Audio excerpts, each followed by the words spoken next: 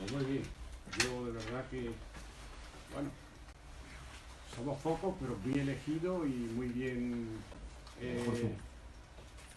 preferidos por todos, porque sabéis que tenéis mucho interés en lo que se va a decir esta tarde. Levanta un poco la voz. Yo de verdad que, como el asunto es un poco un ambiente familiar, ya son todos muy conocidos, no me voy a andar con mucho protocolo. Únicamente quiero hacer unas observaciones en relación con el aula sociosanitaria.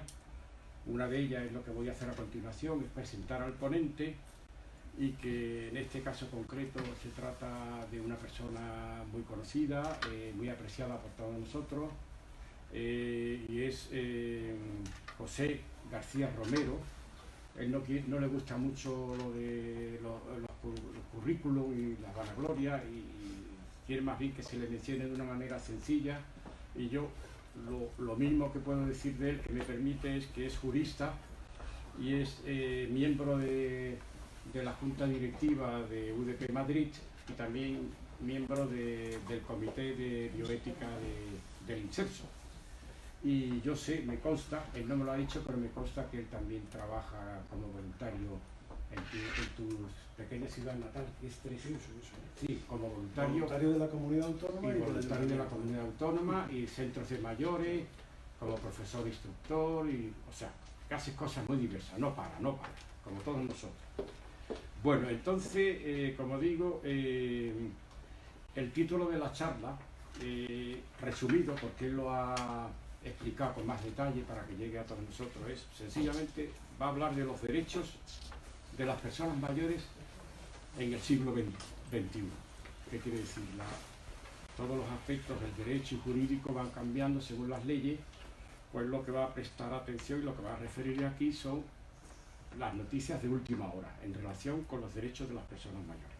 Bueno, es un tema de un atractivo extraordinario, porque todos somos personas mayores y nos interesa que cuantos más derechos hay, cuantos más derechos se respeten, mejor nos va a ir en la vida. Y lo va a hacer con una proyección práctica a lo que es la autonomía personal. O sea, la autonomía, esa digamos, derecho que tiene uno de poder decidir por sí mismo, de poder conseguir que lo protejan a uno, que las leyes sean favorables y que uno pueda desenvolverse como una persona dignamente. Y dentro de toda la panorámica que va a explicar, que va a ser muy rica y muy abundante, se va a referir también a algunos aspectos concretos de la persona mayor ubicada en el ámbito sociosanitario, que también nos interesa muchísimo. Todo lo concerniente a la salud, a la autonomía del paciente, todo esto que hay ahora que está tan vigente, lo de las últimas voluntades, la tutela, la incapacitación, y todo eso también va a referir también el respaldo que tiene correspondiente de las normas, de las leyes que hay, como digo, que amparan y respaldan estos derechos. Entonces, esto es lo que va a referir él. Y yo le pregunto si tú prefieres que te interrumpan sobre la marcha. Sí, no de colección sobre la marcha, ya está. Sí, sobre la marcha. A medida que vayan subiendo las cosas, van interrumpiendo y van preguntando. Sí, además, a lo mejor utilizo una terminología que no es exactamente, la adecuada, pues sí. Lo decís, ¿no? Pues nada, ellos con franqueza y tal se van Aquí estamos entre amigos. Por eso. Y no hay problema. Bueno, pues entonces yo Muchas diría, gracias. más o menos está programado en términos generales que la charla pues dure 3/4 de hora o una hora a lo máximo. Es una cuestión. Bueno, aparte de la gran presentación esta, que es lo que realmente nos ha traído aquí hoy, yo también voy a recordar algo en relación con la marcha del aula sociosanitaria, para que lo tengan en cuenta, y es que esta charla de hoy es la tercera que se ha impartido a lo largo del curso académico 2019. Ahora, cuando este curso va a terminar con la última charla, que será la cuarta, y esa la llevará, yo puedo ya anunciar el nombre porque está programado, será Antonio Martínez Maroto, que será, Dios mediante, el día 3 de diciembre a las 17 horas, Aquí también. El lugar está por determinar, eso lo tendrá que Veremos decir a ver si Bernabé. se hace aquí o se hace Eso lo dirá Bernabé. en otro sitio. ¿Qué día has dicho? El 3. día 3 de diciembre, Yo lo tengo ¿eh? 3 de a las diciembre. 17 horas. La próxima. Exactamente. Sí. Acordaros de que es a las 17 horas, porque en el programa primero que se dio, en la programación digital venía 18, y hemos tenido que ajustar el horario a las personas mayores 17 horas. Muy pronto, ¿no? ¿Eh? La hoja venía No, porque el ya día, en invierno se los hace un poco días tarde, a ¿eh? las 6 de la tarde Y venía anochece y un en la poco. 11. Y anochece. La hoja Vale. primera. Sí, sí. Sí, pero ha habido variaciones sobre ese tema ya, Sí, ¿sabes? a las 5 han sido Sí. todas. De todas formas, nosotros anunciaremos oportunamente la próxima charla. ¿eh? Bueno, a ver, Sí, lo haremos, ¿no? Porque además Esperemos, Víctor. estamos comprometidos. Por lo menos yo, en el ámbito en el que yo me muevo, lo hago, ¿eh? Bueno, entonces, como digo, este señor, que es compañero de José también, Antonio, también, ellos son muy compañeros, colegas, es también jurista y es jurista gerontólogo, ¿eh? O sea, también muy proyectado a la gerontología. Y también está en posesión de un máster en bioética. Entonces, el título de la charla del que tratará el compañero Antonio Martínez Malotos será Aspectos legales de la discriminación en el ámbito de las personas mayores. Yo creo que con eso va a terminar, dentro del ciclo académico del aula sociosanitaria, va a haber un bloque muy importante dedicado a la parte jurídica de derecho. Y ahora ya, como el 3 de diciembre acaba este curso académico, a partir ya de 2020, a comienzos de año, después de Reyes, fecha oportuna, nos reuniremos y estableceremos el programa de actividades para que cubra como mínimo el primer semestre. Y haremos lo mismo que hicimos la vez anterior, indicaremos las charlas, los títulos, los nombres de los ponentes, las fechas y los lugares de celebración. Ya eso, como digo, lo anunciaremos oportunamente. Y otra cosa también que yo diría que es muy interesante, una vez que se han agotado estas primeras charlas, tendremos que conseguir nuevos ponentes y nuevas charlas. Entonces eso estaremos al tanto, yo estaré también al tanto, y trataremos un poco de un orden de llegada de solicitudes para que haya una cierta justicia, de que no haya que se cuele uno antes que otro, que eso se presta a conflicto. Pues vamos a hacer por un orden de llegada. Esto está abierto a cualquier persona que quiere proponer a un ponente, ¿eh? No quiere decir que venga de mí o que venga de Pepe García, que está aquí presente como ponente, que venga de cualquiera, pero iremos registrando esos ponentes, esas charlas, para establecer ya esa programación 2020 primer semestre. Bueno, sin más tardanza, ahora llega ya lo bueno, que es la charla coloquio de Pepe García Romero. Bueno, ya os ha avanzado Víctor que voy a hablar de la autonomía y las personas mayores. La autonomía es un derecho fundamental de la persona, un derecho que durante muchísimo tiempo ha estado adormecido, pero no por eso ha dejado de existir, ¿no? En la autonomía se ha basado toda la teoría del derecho, de los negocios jurídicos, de los contratos, del testamento, todo eso está basado en la autonomía de la voluntad. No obstante, en los últimos años, la autonomía ha sufrido un desarrollo enorme, gracias, luego lo veremos, a dos convenios internacionales que ha ratificado España. El desarrollo de este derecho, a través de leyes que voy a citar, no tengo más remedio, ofrece a las personas mayores no muchísimas oportunidades, pero sí ofrece oportunidades de autoprotección.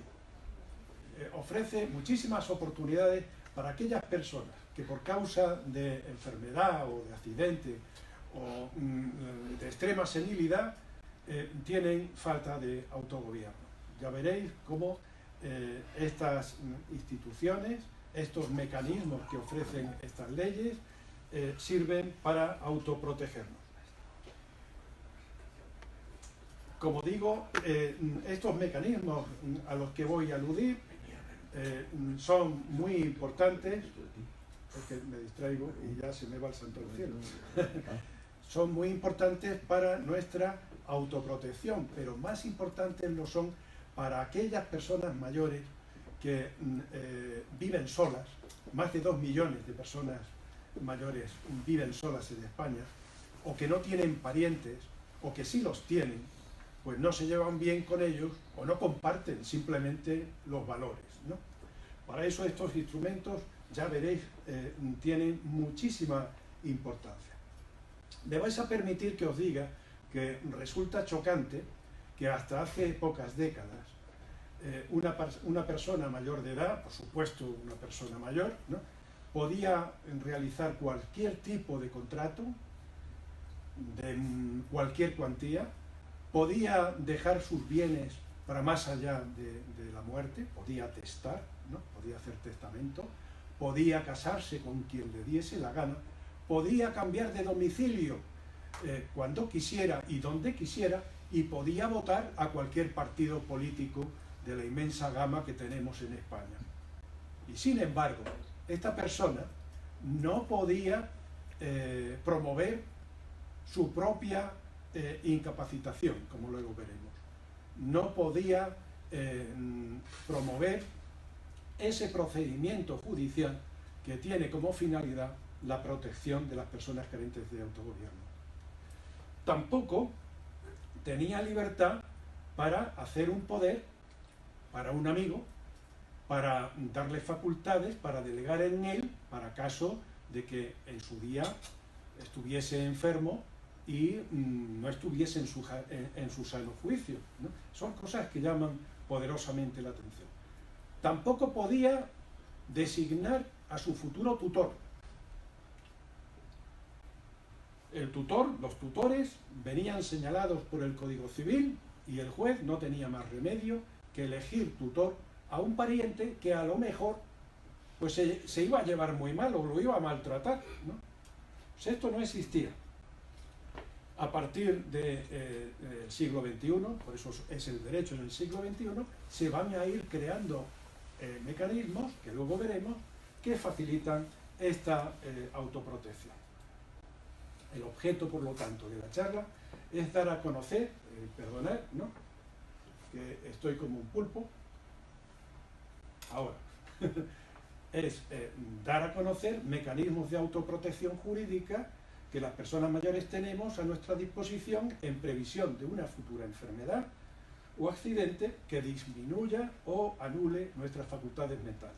Estos mecanismos tienen todos como común denominador que están basados en la autonomía de la persona. ¿Pero qué es esto de la autonomía de la persona?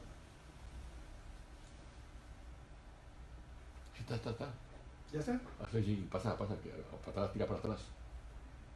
¿No? Es que Tira, sí, no. Hacia atrás, ¿no? Hacia atrás, si es que la has pasado a la primera página. Qué horror. Anterior, Es que, anterior. claro, estoy yo como... Ahí, ahora. Claro, es que estoy como un tonto, porque son dos ordenadores independientes. Ah, Bueno, pues, ¿qué es esto de la autonomía de la persona? La autonomía es la capacidad que tenemos todos los seres humanos de tomar decisiones personales acerca de cómo vivir de acuerdo con nuestras propias normas y nuestras preferencias. La capacidad que tenemos los humanos de hacer nuestro proyecto de vida en función de nuestro gusto, de nuestros valores, de nuestras inclinaciones, y derecho que tenemos a que se nos respete. La autonomía es un principio de la bioética, pero también es un derecho fundamental, un derecho reconocido en la Constitución, el derecho a autorregularse, a programar nuestra vida. Y ahora le doy otra vez. ya está. ¿Ya? Sí, ya está.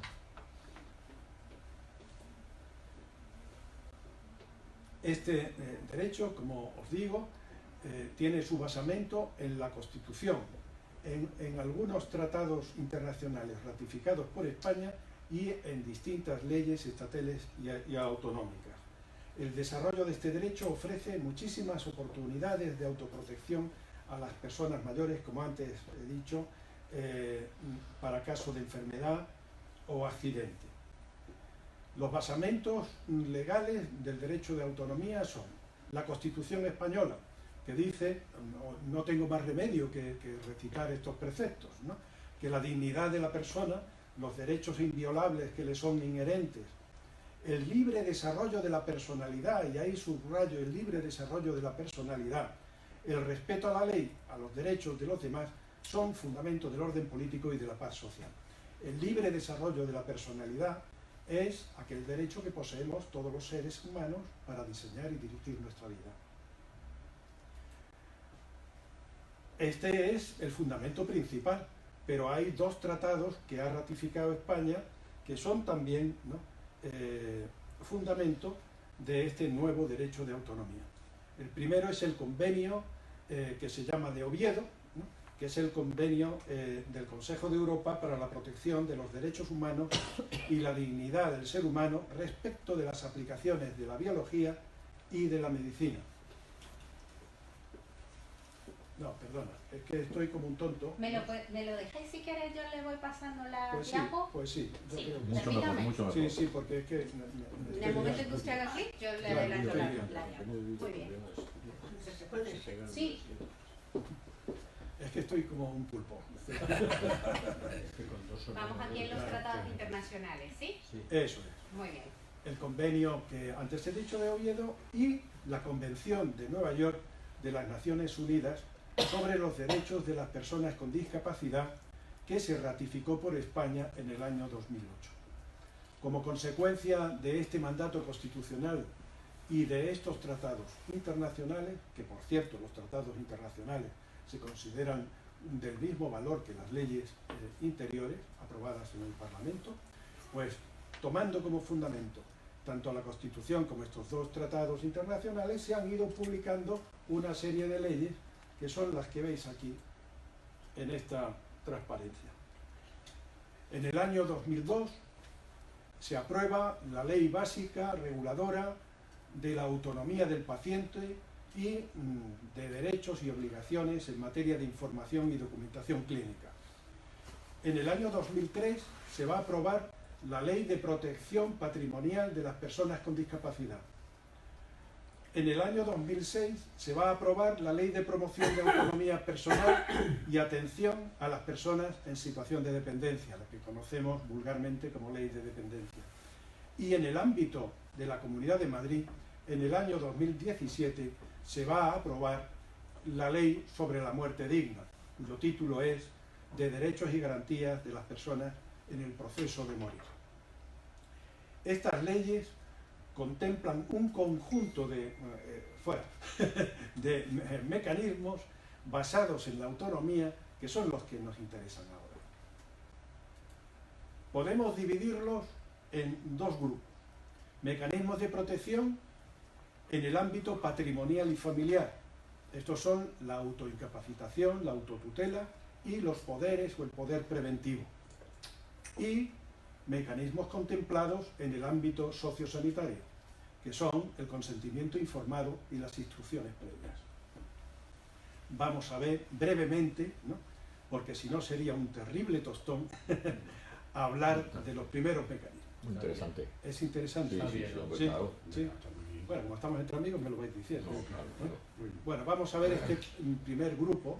Si nos oyes roncar, es que va fatal. Vale, de mecanismos, ¿no?, en la esfera patrimonial y familiar. A ver. Aquí vemos a la diosa Temis, que es la diosa de la justicia, ¿no?, con la balanza. Está un poco gordita, ¿no? Sí, sí. Estos son los mecanismos, ya lo he dicho antes, y vamos a ver el primero de ellos, la autoincapacitación. Mirad, ¿no?, Ya está, que sí, sí. aparece... Pasa. No, está ahí. No. Aparece en la pantalla, ¿no?, la típica maza que se ve en las películas, ¿no?, de los juicios americanos, ¿no?, en la que el juez pega mazazos para llamar al orden. La autoincapacitación en realidad es el derecho a iniciar por uno mismo el juicio de modificación de su capacidad, que antes se llamaba proceso o juicio de incapacitación. ¿Qué es esto de la incapacitación? La incapacitación ahora modificación de la capacidad de obrar, es un procedimiento judicial para la protección de aquellas personas que por causa de enfermedad o accidente de carácter permanente carecen de autogobierno, es decir, no pueden decidir por sí mismos sobre su persona o sobre sus bienes. El juez, mediante sentencia, modula la capacidad de la persona y le nombra un curador o tutor en función de la gravedad.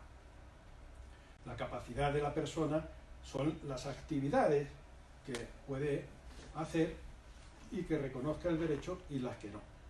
¿Entendido? ¿No?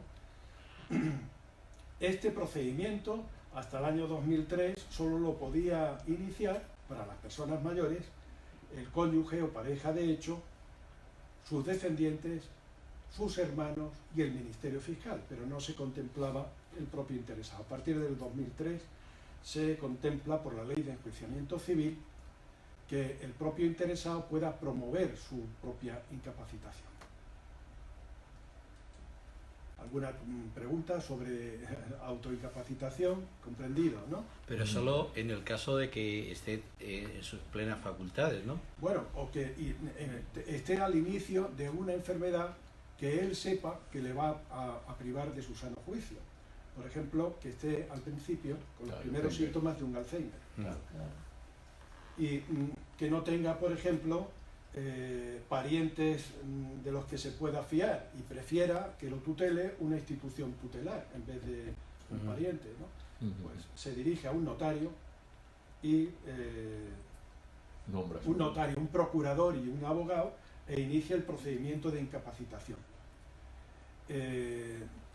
Hay otro procedimiento que es simplemente notificarlo al fiscal, y el fiscal de oficio, si detecta que efectivamente este hombre tiene los primeros síntomas de una enfermedad, ¿no? Neurodegenerativa o como le queráis llamar, va a promover a su favor el procedimiento de modificación de la capacidad de obrar.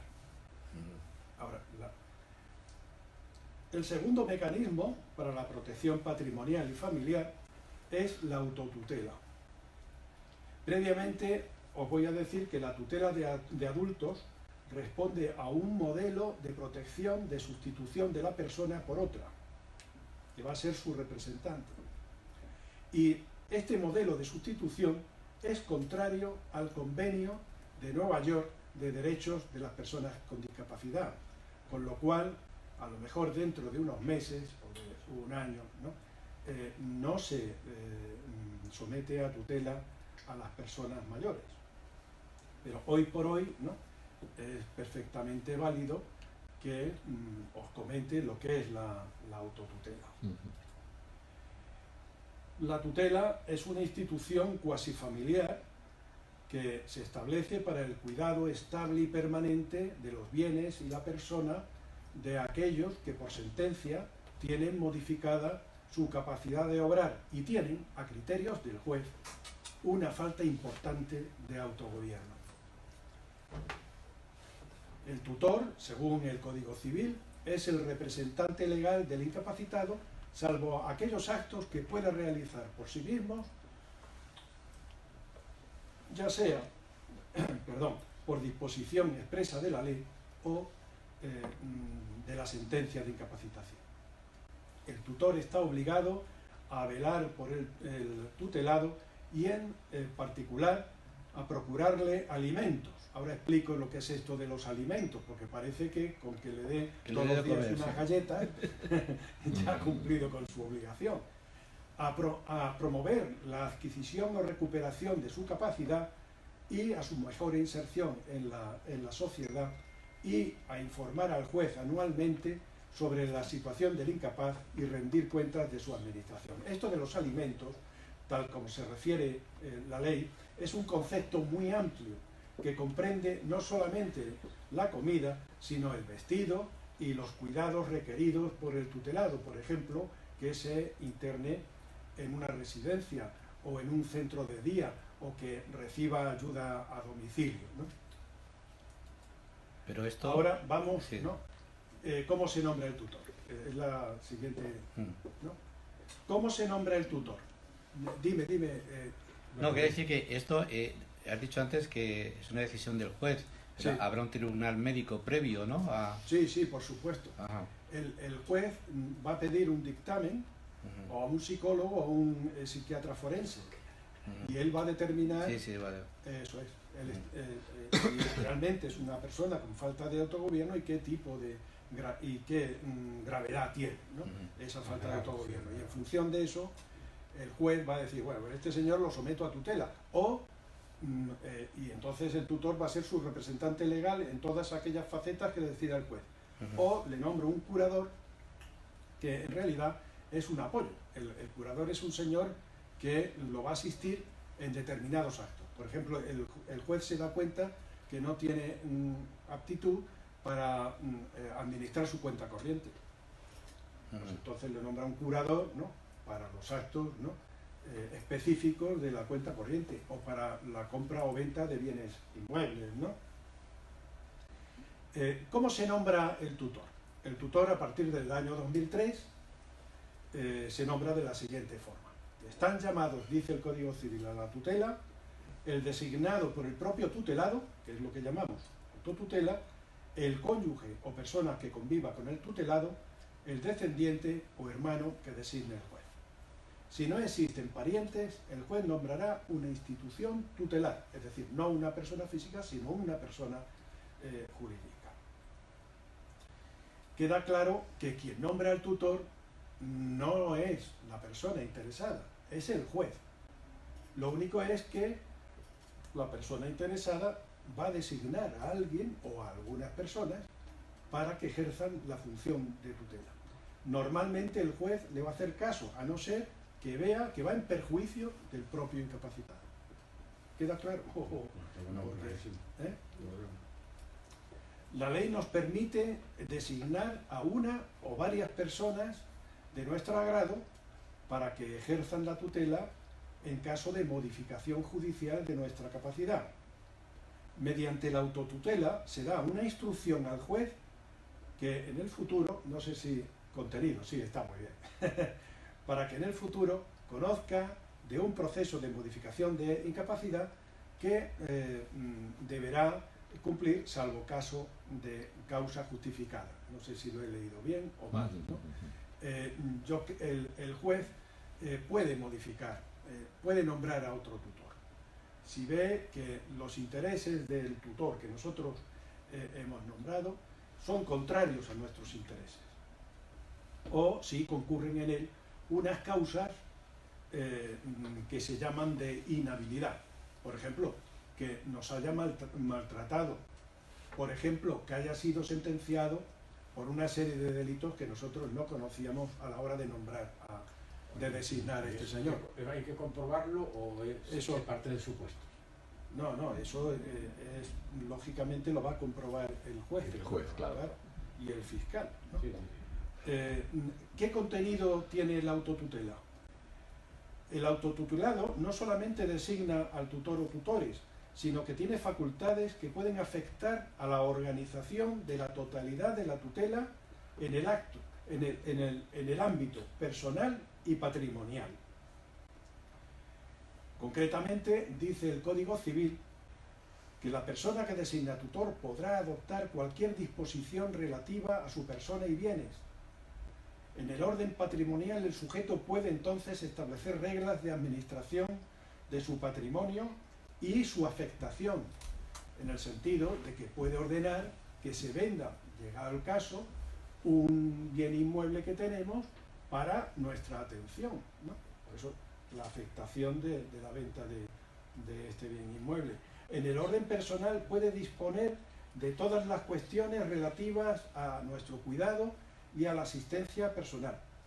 Nuestro posible internamiento en un centro residencial. Puede incluso también decir que el tutor reciba una pequeña retribución con cargo a su patrimonio. Y puede decidir también que se le fiscalice y quién lo va a fiscalizar. Bueno, esto queda claro, ¿no? Que es un poder amplísimo, mucho más amplio que la tutela que contempla el Código Civil. ¿Qué requisitos tiene la autotutela? Pues que se ha de otorgar ante notario mediante escritura pública y que se inscribe en el registro civil. El notario pues va a comprobar que tenemos capacidad suficiente, etcétera, etcétera. Otro mecanismo, ahora, es el poder preventivo o poderes preventivos, porque en realidad son dos. Tradicionalmente, los problemas de demencia senil se solucionaban abriendo en el banco una cuenta solidaria y mediante un poder, ¿no? La madre, que veía que tenía ya los primeros síntomas de una demencia senil, se iba al notario rápidamente y otorgaba un poder a su hijo. Y se iba al banco y abría una cuenta solidaria. Esto está muy bien, pero da la casualidad de que ese poder, en el momento en que se nos incapacite, queda extinguido, ¿no? Se resuelve, sin efecto, ¿no? Esto causaba verdaderos problemas. Imaginaos una persona que tenía unos bienes, que quería que fuesen afectados para eso, para sus cuidados o para dárselos a los pobres, ¿no? Y era incapacitado y esos bienes pues, no los podían, ¿no?, vender normalmente. Había que pedir autorización al juez, era un follón. Bueno, pues el legislador ha solucionado esto mediante el poder preventivo. Pepe, por favor, si tienes hecho un poder a favor de, por ejemplo, de tus hijos o tal, precisamente para, pues si estás Bueno, mal, ahora, no, pero si lo luego, tienes es profeso. Si yo me pongo mal, efectivamente, se anula el poder. No. Ahora mismo ya no se anula. A partir del 2003 ya no se anula.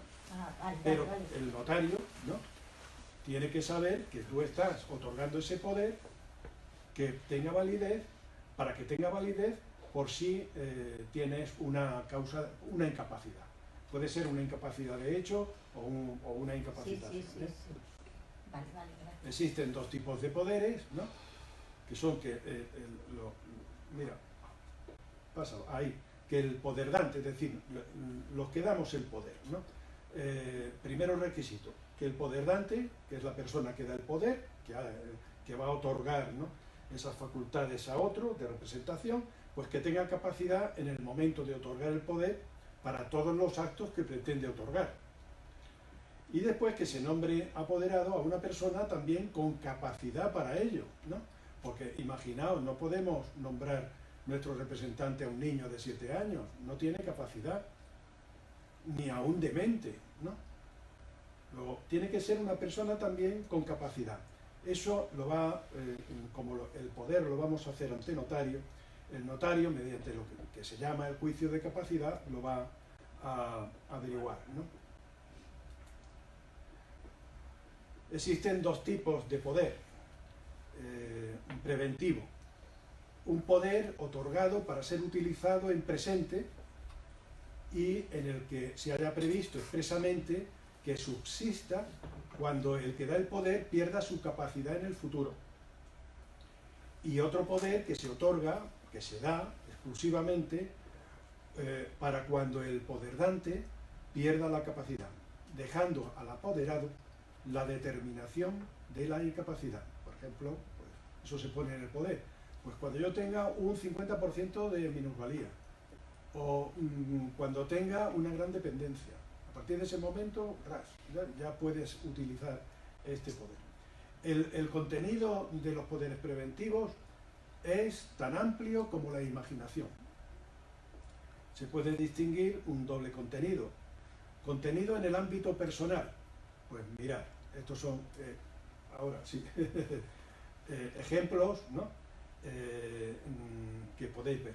Facultad para internar en residencias.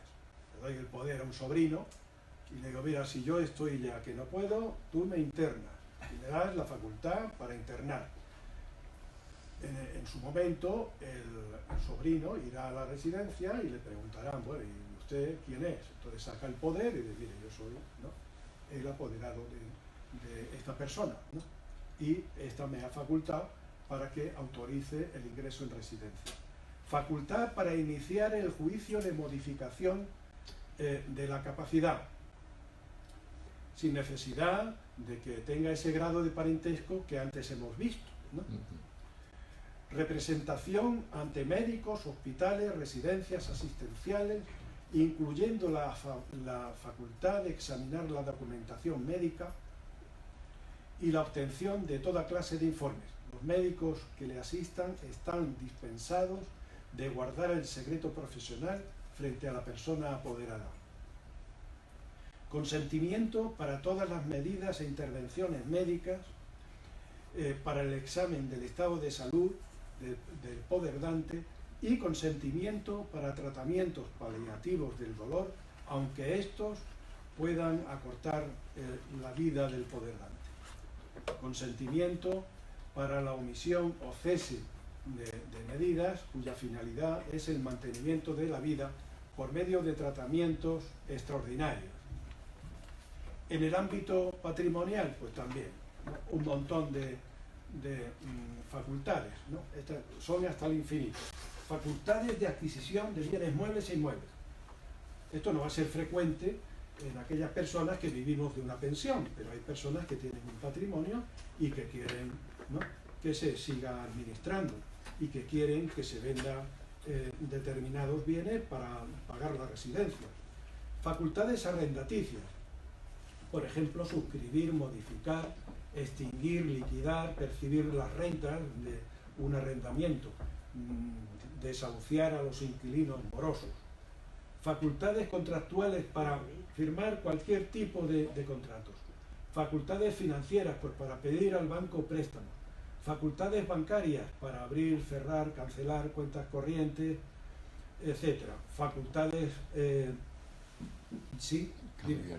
No, yo le quería preguntar si puedes dejar los bienes, puedes disponer de ellos y dejárselos a quien quiera. Bueno, eso es una donación, claro, tú puedes donar los bienes a quien quieras, Vale. claro. Pero aquí se trata de, ¿no?, que se ha preservado el patrimonio y le estás encargando, ¿no? Pero, por ejemplo, tienes 3 hijos y le quieres a uno porque es el que te ayuda o el que te hace mal, le puedes dejar una parte de una mejora. Sí. Bueno, eso lo veremos en su día en el testamento. Vale. Pero efectivamente se puede mejorar. Sí. Pero hay una parte de la herencia que es la legítima que tú la tienes que respetar, ¿no? Ya, ya. Pero efectivamente, si tienes un hijo o una hija, ¿no?, suelen ser más hijas que hijos, Sí, sí. que te cuidan, pues tú coges y lo mejoras, ¿no?, Sí, en el sí, testamento. No, yo es que tengo una tía en una residencia que la tuvieron que inhabilitar Sí, porque ella soltera, no tenía nadie, no tenía hermanos, Sí. ni padres, ni nada más que sobrinos, y yo tuve que ir también, he tenido que ir varias veces al juzgado a declarar para si yo estaba conforme, porque habían nombrado a otra prima, a ver si la demás sí, familia sí, estaba de sí, acuerdo. sí, claro, Yo fui 2 veces al juzgado a declarar, claro. a ver si los demás familiares estaban Sí, de conformes acuerdo con con la aquel tutela, poder que les sí, habían dado. sí, sí. Muy bien. No, yo quería preguntar, Sí. ¿hay un poder que uno ve todo? Porque por la Un idea poder general, claro. todas estas cosas. ¿no? Sí, sí, sí, sí. Y además, esto es lo que los que saben de este tema son los notarios. Todo. Entonces, si tú quieres hacer un poder preventivo, pues te vas al notario y el Al notario te va vale, a vale. asesorar Porque perfectamente, era pues, ¿no? claro, nunca, ¿no? Estos le llamaban los príncipes del derecho. Ya. Yo soy un aficionado. Bueno, pues hemos visto hasta aquí los mecanismos de protección, de autoprotección patrimonial y familiar. Ahora vamos a ver un mecanismo de autoprotección en el ámbito sanitario y sociosanitario. La Ley de Autonomía del Paciente y el convenio que le llaman de Oviedo, porque se suscribió en Oviedo, contempló 2 mecanismos de protección del paciente: el consentimiento informado y las instrucciones previas.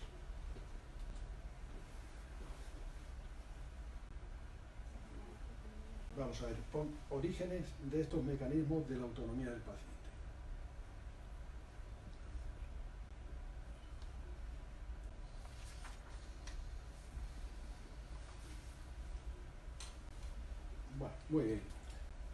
sabéis, ¿no? Un colega tuyo, ¿no? De la Edad Media, que está con un bisturí que seguramente acaba de utilizar con otro, ¿no? Sajando a un pobre paciente. Este pobre paciente, como su nombre indica, su única actitud era la de soportar todo lo que le hiciese el médico. Por eso os digo, en los últimos años, ¿no? Hemos sido testigos, prácticamente todos nosotros, de una nueva concepción de las relaciones médico-paciente. Se ha pasado, en estos últimos años, de una concepción paternalista, donde el médico era el que tenía conocimientos y el paciente lo único que tenía que hacer es soportar las terapias del médico. Hemos pasado a una concepción más democrática, dicen que más horizontal, donde tienes a dos personas, una que tiene la formación y la información y la otra que padece la enfermedad. Entre ambas, ¿no? Se tienen que llegar a un acuerdo, ¿no? ¿Sí? Sí, hombre, claro. Claro. Y armónico, además. Efectivamente, No, ¿no? no abusivo. La nueva relación requiere del entendimiento de dos personas, una que tiene la información y la técnica para curar y otra el enfermo que tiene la capacidad para decidir y consentir. Los mecanismos que facilitan este entendimiento son dos: el consentimiento informado y las instrucciones previas. Mediante el consentimiento informado, el paciente da su conformidad a un tratamiento o una intervención quirúrgica que es actual, que sucede en la actualidad, en este momento. Y mediante las instrucciones previas, un paciente de forma anticipada expresa cómo quiere que se le trate y se le cuide cuando por causa de la enfermedad o accidente no sea capaz de tomar decisiones tanto en el ámbito sanitario como en el sociosanitario. Bueno, aquí hay un aspecto, bueno, muy interesante, es que no quiere decir que bajo ese juramento o esa información consentida el médico está exento de responsabilidad. No, No, claro. ¿Sí? Claro, eso es otro tema. Sí, La sí, responsabilidad sí, médica sí, es otro tema. sí, sí, sí. Aquí estamos viendo los mecanismos para expresar el consentimiento, ¿no? La conformidad del paciente a los tratamientos, ¿no? Que ha prescrito el médico, ¿no? El consentimiento informado nació en los Estados Unidos. Cuando los ciudadanos de los Estados Unidos, que es una gente con un nivel cultural alto, ¿no? Y acostumbrados a la vida democrática, ellos decían: yo voto, yo tengo plena autonomía en mi vida, y sin embargo, cuando voy al médico, el médico no me deja opinar. Y es más grave, cuando yo estoy en una fase, ¿no? Terminal, el médico, ¿no? Que es de un hospital privado, se va a ensañar conmigo, ¿no? Y me va a entubar y me va a tener una semana, no se sabe, sine die, un mes, ¿no? Sufriendo, como vimos, ¿no? Que le hicieron a Franco en su día, ¿no? Ante esta situación, los ciudadanos americanos, también muy amantes de la justicia, empezaron a demandar a los médicos y a las instituciones sanitarias. Y los jueces les dieron la razón. Les dijeron que quien tomaba la decisión no era el médico, sino que eran los pacientes. De ahí nace, ¿no? El consentimiento informado.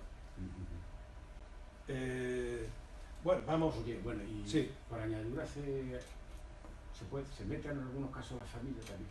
Sí, sí. En el consentimiento por representación y su familia, y cuando la persona, ¿no? Por eso las instrucciones previas, ¿no? Es muy importante, eso lo vamos a ver, ¿no? Pero vamos a ir por partes, ¿no? Porque los juristas diseccionamos y lo mismo que los médicos. Entonces, efectivamente, vemos las instituciones diseccionándolas, ¿no? El consentimiento informado se realiza por una enfermedad actual, ya lo hemos visto. Dice la ley que toda actuación en el ámbito de la salud de un paciente necesita el consentimiento libre y voluntario del afectado, una vez haya valorado él las opciones propias del caso, recibida previamente la información por parte del médico, información a la que tiene derecho. El consentimiento informado es el procedimiento que permite respetar la libertad de las personas enfermas para decidir sobre su cuerpo, su salud y su vida, permitiéndoles así asumir sus propias responsabilidades en las decisiones sanitarias. Este procedimiento requiere que el paciente tenga información. Para eso, la ley instituye el derecho a la información clínica, que es lo que vamos a ver a continuación. Y la información tiene que ser siempre inteligible, ¿no? Sí, sí, pero déjame que lo diga. Bueno, hombre.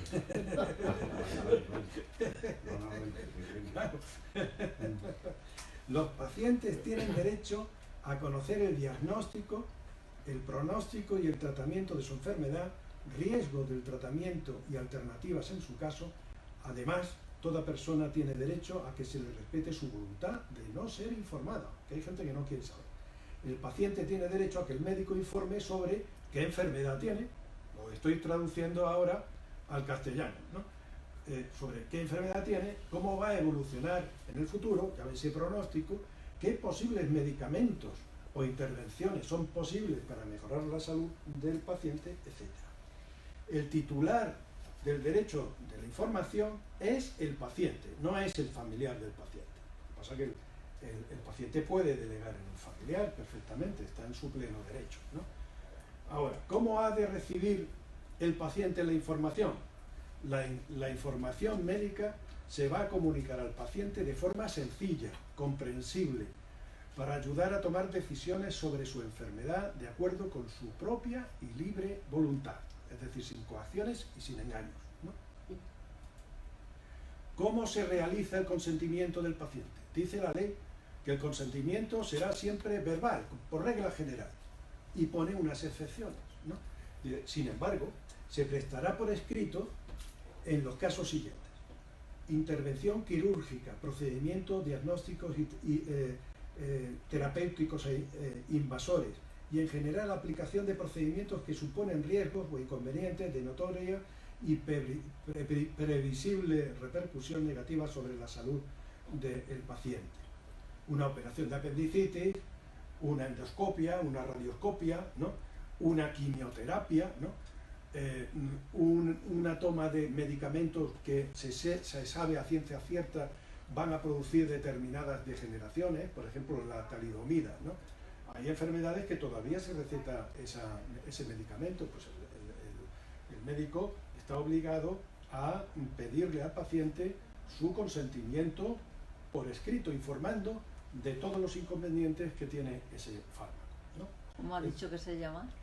La talidomida, Super un desastre, malformación. Eso es, que ocasiona malformaciones en los cerebros, claro, pero que se está utilizando, se sigue utilizando todavía. Ahora sí. Lo mismo que la radiación, si una chica Ahora está sí. embarazada y se le somete a radiación, pues va a tener también una malformación. Bueno, el paciente puede revocar libremente por escrito su consentimiento en cualquier momento, firmando su negativa.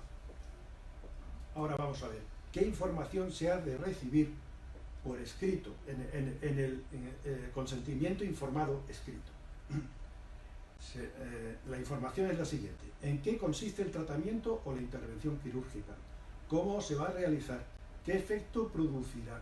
¿En qué beneficiará al paciente? Otras alternativas disponibles. ¿Qué riesgos tiene? Situaciones especiales que deben de ser tenidas en cuenta y otras cuestiones para los que se va a pedir también consentimiento. Pues se le va a decir, mire, lo vamos a anestesiar en una apendicitis, lo vamos a anestesiar, le vamos a abrir la tripa, le vamos a extirpar el apéndice y luego lo vamos a coser. Y tiene estos riesgos.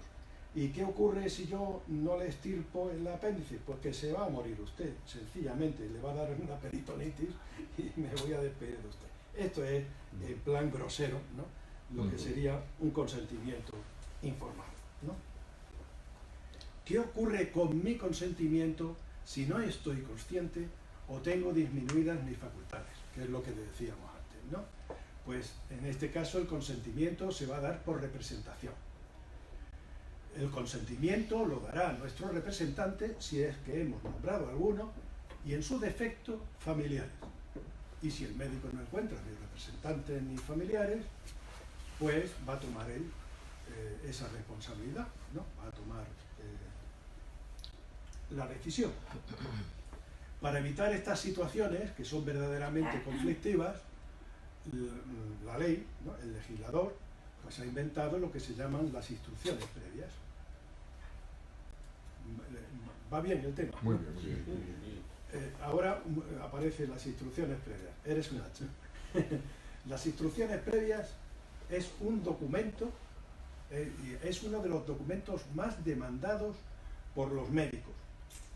Los médicos que tienen que atender a enfermos terminales y no tienen forma de saber cuál es la voluntad del enfermo de estos en relación con determinados tratamientos. Por ejemplo, en relación con la utilización de morfina o cuidados de estos paliativos, ¿no?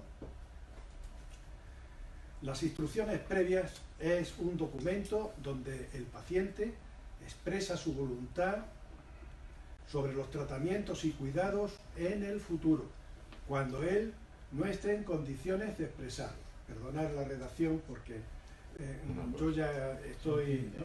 Se entiende perfectamente. Pero se entiende, tiene muchos gastos. Perfectamente. Se entiende, ¿no? Mediante las instrucciones previas, el médico y los familiares reciben información sobre las preferencias del paciente cuando aún estaba consciente. En concreto, qué terapias quiere o no quiere le sean aplicadas.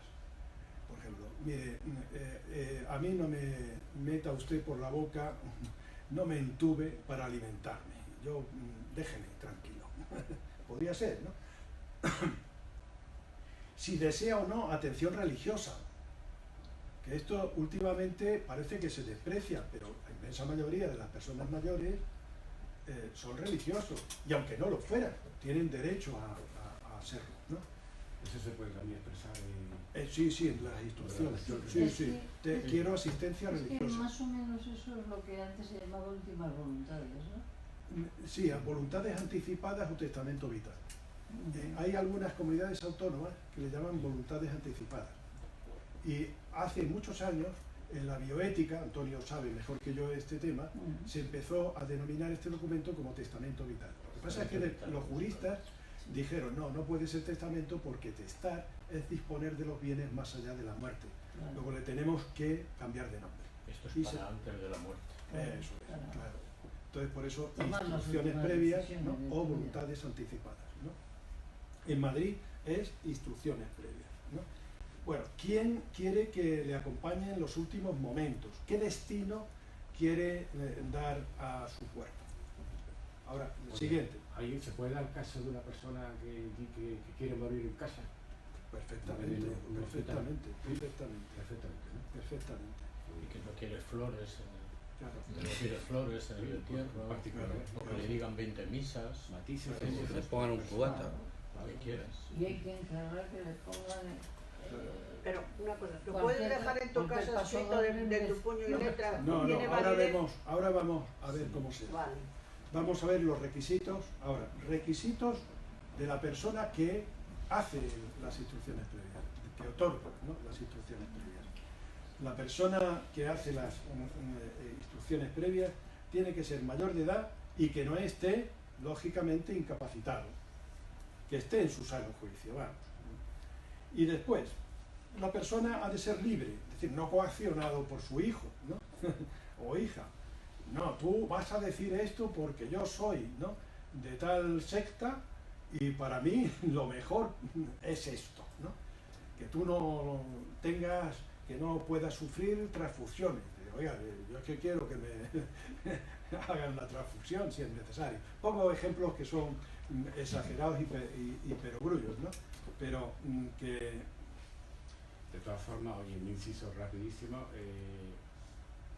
también interviene la creencia religiosa. Es decir, Naturalmente. la manera de morir, Claro. ciertas religiones Claro. tiene una gana de morir Claro. bueno, y otras regiones son muy libres, muy abiertas. En un principio hemos dicho que estamos hablando del derecho de autonomía o libre desarrollo de la personalidad, como lo quieras llamar, ¿no? Y hemos dicho que el derecho este a la autonomía personal es el derecho a programar tu vida Todo. en todos los ámbitos y en función de tu gusto, De de tus valores, ¿no? preferencias, De tus inclinaciones, ¿no? Y tus decisiones. Efectivamente. Y esto se debe de respetar, porque es un derecho y lo dice la Constitución. Sí, perdona, pero a una ¿Qué? persona no la dejan su vida así como así. ¿Que no? Y eso es su vida y no la dejan. Es que, Yo me perdón. quiero suicidar y no me dejan.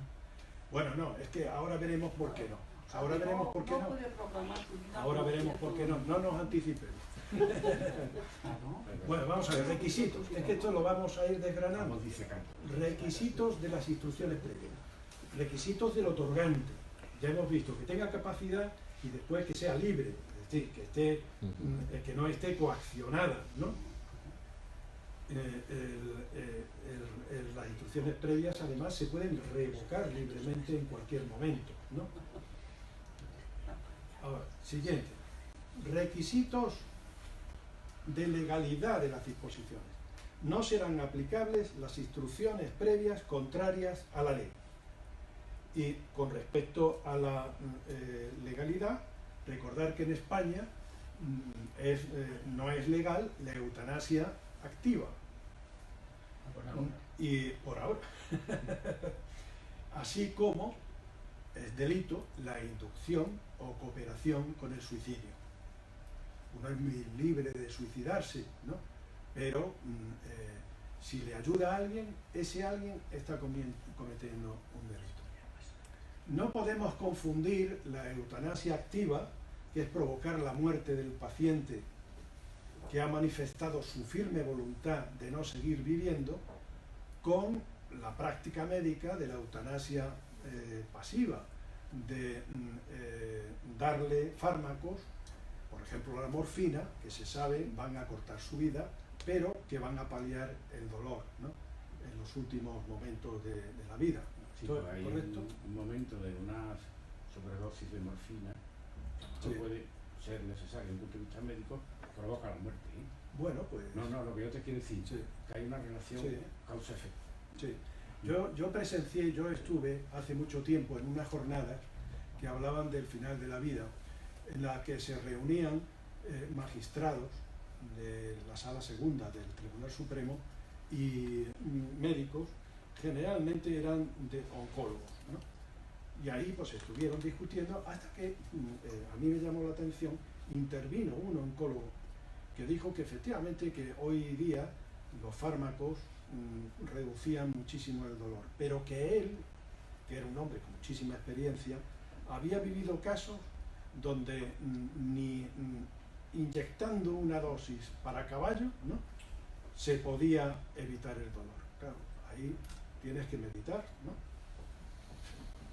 A ver qué pasa, ¿no? Hay un dolor a veces central, de tipo que viene del cerebro. Claro, entonces y es muy difícil. es posible intervenir quirúrgicamente y demás, ¿no? Sería otro tema, otro tipo de proceso. Claro. Bueno, pero yo no me quiero meter en ese avispero. Entonces digo, que no sean contrarias a la ley, aunque uno puede poner perfectamente, pues yo soy partidario de la eutanasia, y si estoy en este caso, que se practique conmigo la eutanasia. ¿Por qué? Porque es un documento que vamos a hacer cara al futuro, y a lo mejor en el futuro la eutanasia es legal. Bueno, que las instrucciones estén de conformidad o no sean contrarias a lo que le llamáis vosotros, ¿no?, la lex artis. Es decir, que no sea contraria a los medios científicos y técnicos que se han de aplicar en cada caso. Que no diga, por ejemplo, si yo tengo cáncer, me da usted un cuarto de aspirina todos los días. Porque yo soy partidario de esta rama, ¿no?, del saber, ¿no?, que dice que tomando un cuarto de aspirina, ¿no?, ya mi cáncer está curado. Entonces, claro, el médico dirá que no, que eso no lo puede tomar en consideración. Pero también el juez en el juicio se rige por la lex artis, ¿no? tendrá en cuenta, naturalmente, pues, sobre todo para valorar la responsabilidad. Si ha habido, ¿no?, responsabilidad médica, pedirá, ¿no?, que se perite, ¿no?, si ha habido o no. Eso tenéis que ser los propios médicos los que digáis, no, este compañero no ha actuado de conformidad a la ley Sarti porque ha hecho esto o lo otro. Y vamos ya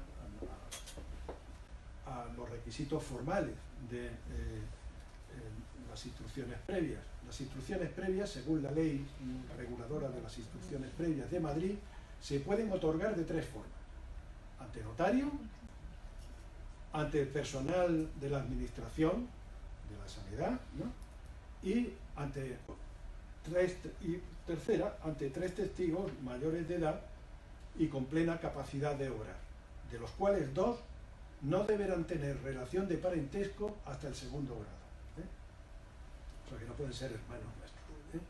Serán primos, hermanos, lo que sea, una chorrada, yo no sé por qué lo han puesto. Posiblemente por evitar una coacción muy fuerte. Puede La segunda instrucción. Ante el notario, personal de la ante administración. notario, ante personal de la de la comunidad administración. autónoma, ¿no?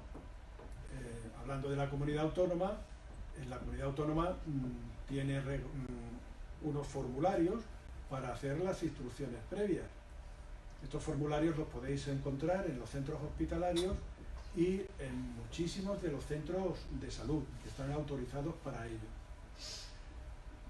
Ni que decir tengo que para hacer las instrucciones previas tenéis derecho a información. O sea que podéis ir al médico de familia o al médico especialista para que os informe para redactar las instrucciones previas. Claro que el médico no va a decir nada de cuidados familiares, ni de religiosos, ni demás, ¿no? Pero ya veréis que si tenéis la curiosidad de ir por el formulario de Madrid, veis que al final pues dejan en blanco para que cada uno eso es, las instrucciones que quieran. El contenido de las instrucciones previas es muy amplio. Cuidados familiares y religiosos. Pues yo quiero que en mi habitación esté la familia nuclear, ¿no? Que no venga la tía del pueblo porque me puede pegar. Cuidados religiosos. Yo quiero, ¿no?, que me dé la extremaunción un sacerdote. Previsiones sobre terapias e intervenciones médicas que desee recibir y que no desee recibir. En el supuesto de situaciones críticas vitales e irreversibles respecto a la vida, podrá incorporar declaraciones para evitar el sufrimiento con medidas paliativas y que no se prolongue la vida artificialmente con medios tecnológicos desproporcionados o extraordinarios. También puede disponer el destino del cuerpo, de sus órganos o piezas anatómicas. También puede expresar el deseo de no ser informado en el supuesto de diagnóstico fatal. Pues el médico, a pesar de lo que le digan los familiares, no lo va a informar, ¿no? El deseo de ser acompañado por sus parientes en el momento cercano a la muerte, etcétera, etcétera, ¿no? Las instrucciones previas, como he dicho antes, se pueden modificar y sustituir en cualquier momento, y se pueden revocar, y se van a inscribir en un registro de instrucciones previas que hay en la comunidad autónoma y en un registro nacional de voluntades anticipadas que existe a nivel nacional. El registro tiene como finalidad que el médico pueda consultarlo e incorporar las instrucciones previas al historial clínico. Bueno, pues nada más. Perdonad que, ¿no?, el tema ha sido un poco duro. No, hombre, ya está. Ya está. He terminado. Ya he Qué terminado. pena. No. No, di que sí que era duro, hombre. Era duro. Tú, Carlitos, ¿cómo que no? Hablar de la muerte ahora. No, pero esto es interesante, Sí. es muy interesante, Me ¿eh? imagino, Pepe, que casi todas las instrucciones previas al final dirán lo mismo. Ante un caso de enfermedad terminal Claro, porque todos y que queremos morir. padezcas dolor, que vamos, que no te mantengan Porque artificialmente, la ¿no? finalidad del ser humano, o una de sus finalidades, es la felicidad. Claro. Claro, En el momento en que falta la felicidad y el bienestar, Ese es el objetivo último. claro que sí, la felicidad. No, no, una cosa ha sido muy interesante, ¿eh? Mira, el tema de la- Sí, sí, Muy sí, bien. sí, sí. del registro de las voluntades Sí, previas a nivel, sí. eso es una fuente estadística que a lo mejor es aprovechable para saber cómo la ciudadanía quiere morir, es decir, estadísticamente. Sí, lo que pasa es que está la ley de protección de datos. Es protección ¿no? de datos, eso es secreto. Ah, bueno, Pues Seguramente sería- Eso cada especialista lo sabe, ¿no? Lo ve solo el jefe de servicio Claro, con una clave que le da. claro. y Eso seguramente cada jefe de servicio podría, ¿no? Pero en Sí, su sí. pequeño ámbito, ¿no? Es un Claro, cardiólogo en cardiología. claro. o sea que yo voy al médico de cabecera que me dé un formulario de eso si no me lo da. Sí, sí, sí, en el centro de En el salud, centro de salud. hay que, si tienes suerte y tu centro de salud Hay muchos es de centros los que- autorizados, pero hay muchísimos, ¿no? Sí. Hay Me decenas dan de todos esos centros. formularios para Y yo te dan el poderlos formulario. rellenar. Entonces con ese formulario, pues te vas al médico especialista o te vas al médico de cabecera, al Y médico de seguramente te lo familia, tramitarán los médicos de y familia. le pides que te ayude, que Sí. tiene el deber de ayudarte Sí. y de darte información ¿Dónde? para hacer las instrucciones. Ah. Porque las instrucciones previas son un consentimiento informado cara a futuro. Luego, tienes los mismos derechos de información que el paciente que va a recibir el consentimiento informado en el presente. Y ahí también se puede hacer constar si quieres hacer donación de órganos, sí, sí, sí, tal, y si perfectamente. quieres que te entierren o que te incineren. O que me incinere, o donar tu cuerpo para los para la estudiantes de ciencia. medicina, No ¿no? donarlo, Claro, que no quiere dar nada. Ya, claro, también, ya. claro.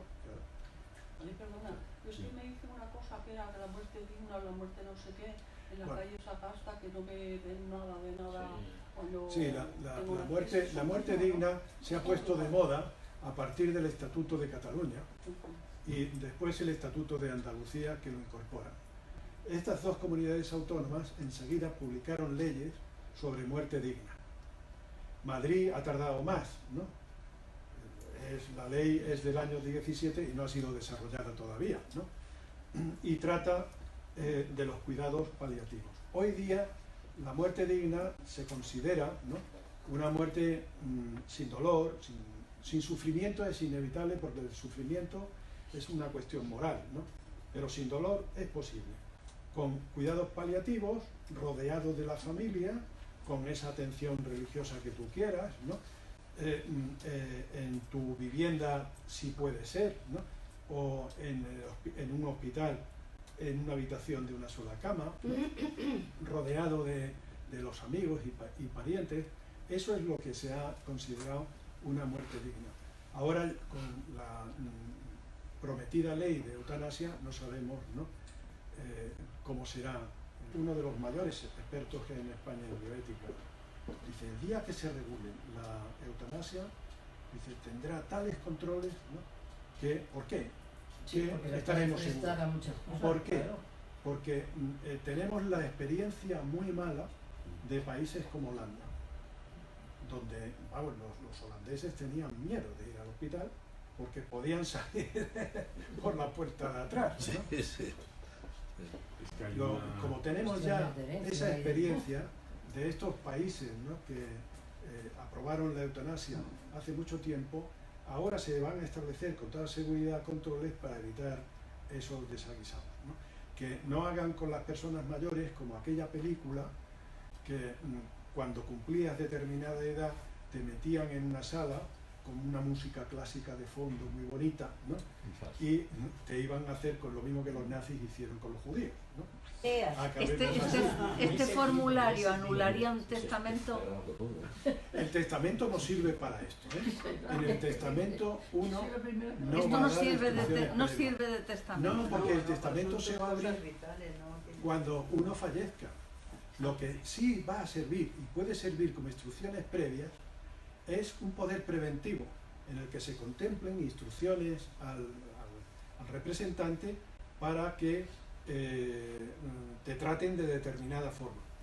En este sentido, yo creo que los poderes preventivos, no sé si estarás de acuerdo conmigo, serían registrables en el registro de voluntades anticipadas, ¿no?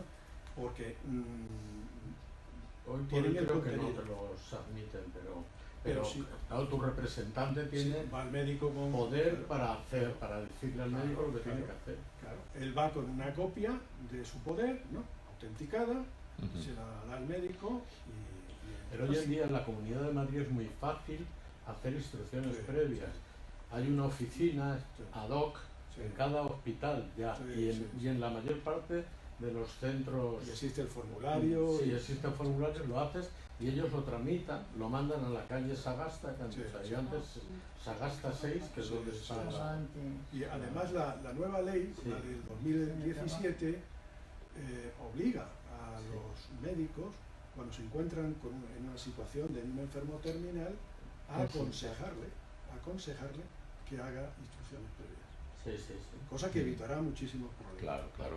Porque además las instrucciones previas que uno hace ahora cuando está sano no es lo mismo que las instrucciones que va a dar cuando está enfermo. Eso es buena idea. Sería otra visión. Otra visión. Puedes cambiar totalmente. Pero puede servir estas instrucciones previas para que no hagan contigo lo que quieran si caes mala. Hombre, claro. Si esa es la finalidad. Eso se trata. Esas son las que valen.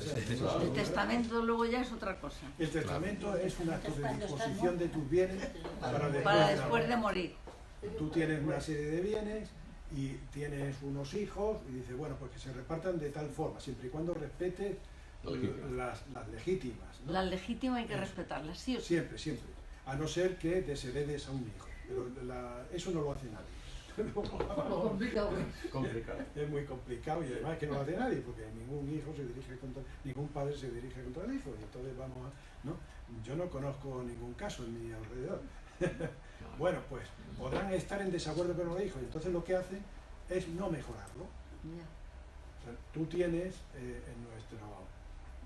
en la herencia, tú tienes la posibilidad de mejorar a tus hijos y de darle a otro simplemente la legítima.